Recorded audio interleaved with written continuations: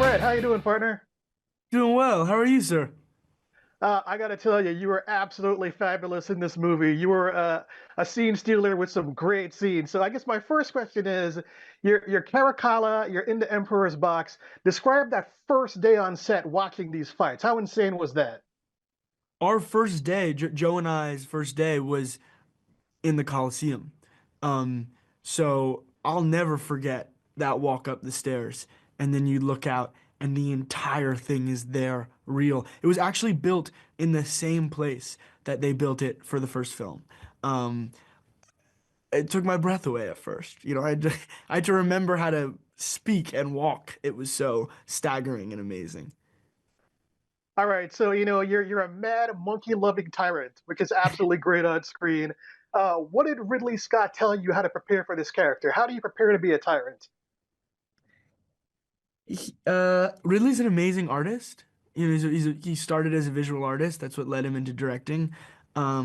So he drew these pictures of the emperors way before pre-production even started.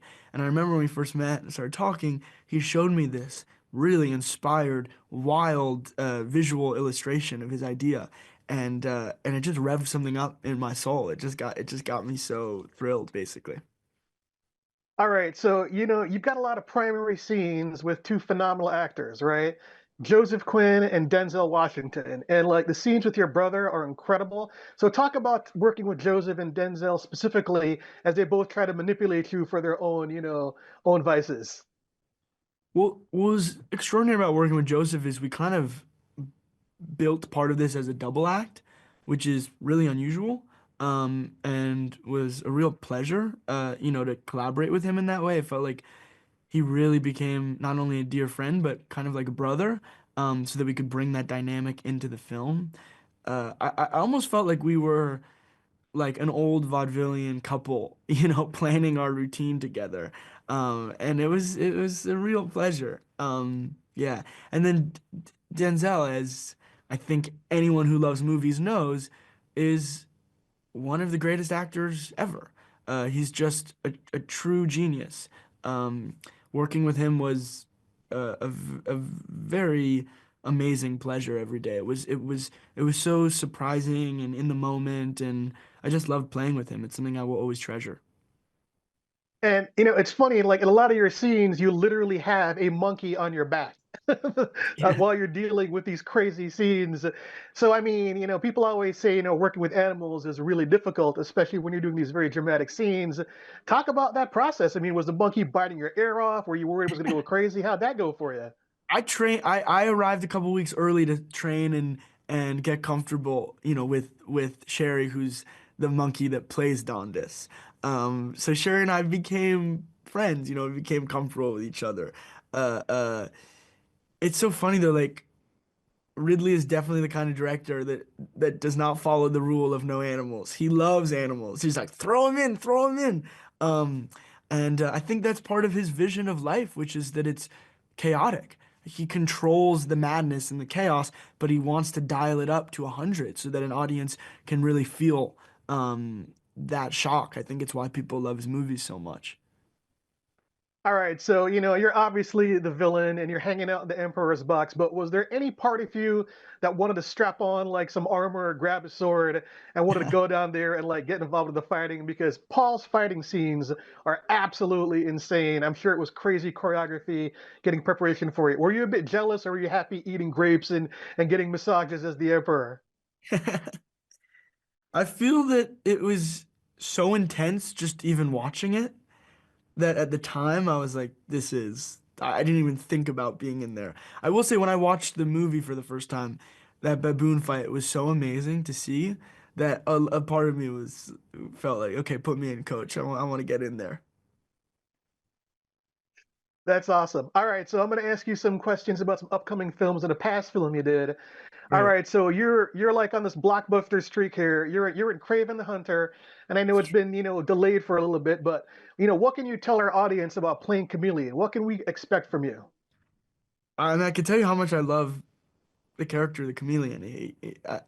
He's an incredible character, and his superpower, right? Is the art of disguise and taking on other people. So it's funny. There was a slightly meta quality in terms of investigating and thinking about, why someone wants to be so many other people. That's awesome. All right, so I'm also going to jump back to an interview we did with you a few months ago for Thelma, right? So there's Yeah. like a groundswell for June Squibb to get an Oscar nomination, and we had a really great response to her. Talk about that. Talk about having 90-odd-year-old June Squibb up on stage getting nominated for something, because you were great as Daniel too. But talk about maybe boosting that performance for her.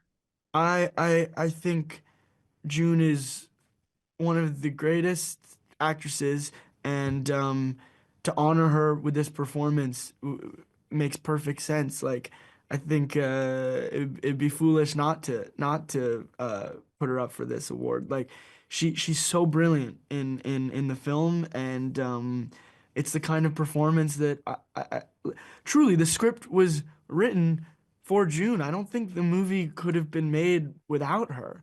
Um, I'm so pleased and honored and moved by how many people have seen Thelma and the response to it. It means a lot to all of us that worked on it, because it was a movie that was really made with all of our hearts. Um, and I just saw June a couple days ago, and she's doing so well and just really soaking it all in. So I would love to see her up on that stage. And yeah, I will say, like, she's the most energetic, uh, incredible performer. Like, she has more energy at 94 than I have at 24. That's awesome. All right, so in this last few minutes, let me steer you back to Gladiator here because I got to say there's a lot of expectation, coming for this film, and I was so blown away by these monster set pieces. So, without giving away too many spoilers, right? You talked about the baboon. There's also a water scene that's absolutely batshit incredible, like really amazing. They Talk really did about that that. specific. Really, they really flooded Yeah, the so set. yeah, or well, they really, but no, but I mean, in Roman times, they really did these water fights, and so that's inspired by the actual history of the matter, which is they would bring water into the Colosseum and fight in that setup. It's theater, right? It's a form of intense. It's like WWE, but for then. Yeah, just watching that scene, which I think is absolutely spectacular and might, get some VFX buzz. I mean, I just couldn't imagine being there on set and seeing these ships ran into each other. So, I mean, when you're looking at it from this, like, I guess, raised point of view, I mean, how many weeks did that take? Describe that process because it's so seamless when you see it in the film. Well, Ridley is incredible at working fast. That's something that you probably know is he has a record-breaking amount of cameras on set, like 8 to 12 cameras. So the way that he covers the big Coliseum fights is practically 360. Um, it's like you're doing a live sports documentary of what's happening, and it means that when everyone hits their mark and the whole thing works, you have it from every angle, so you can move really fast. All right, so your character has a pretty interesting angle of where he goes. So, without revealing spoilers, especially between you and Joseph, right? Talk about developing that love-hate relationship between brothers, because there are points in the film where you guys are like a tag team evil duo, and then where they're your worst enemies. So, talk about preparing for those scenes.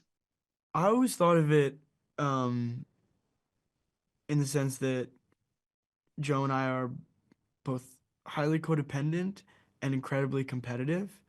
And there's that constant push pull between those things. We kind of live for each other, but we also live to destroy one another. It's that love and hate and back and forth and back and forth. So building it with him was really enjoyable in that way. I've been saying that it's we were double act. It was almost like we were this old vaudevillian couple, like preparing, you know, our routine together. But at the same time, there was always this secret side bubbling underneath for both of us. Awesome. Thanks, Fred. Great movie. You killed this movie. You were great. Cheers. Thank you for your questions. Lovely to talk with you.